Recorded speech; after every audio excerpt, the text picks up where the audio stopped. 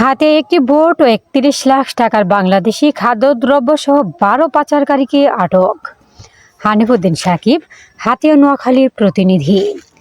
মায়ানমারে পাচারকালে ৩১,৩৪,০০০ টাকার বাংলাদেশি খাদ্যদ্রব্য জব্দ করেছে কোস্টগার্ড।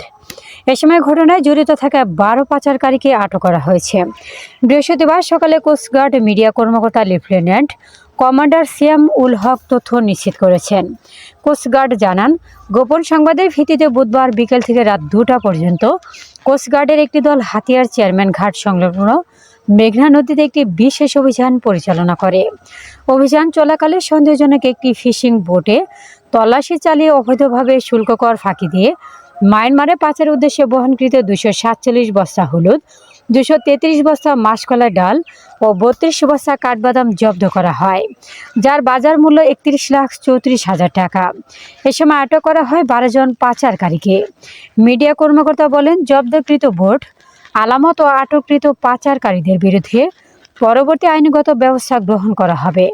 চোরাচালান রোধে কোস্টগার্ড ভবিষ্যতে ধরনের অভিযান রাখবে।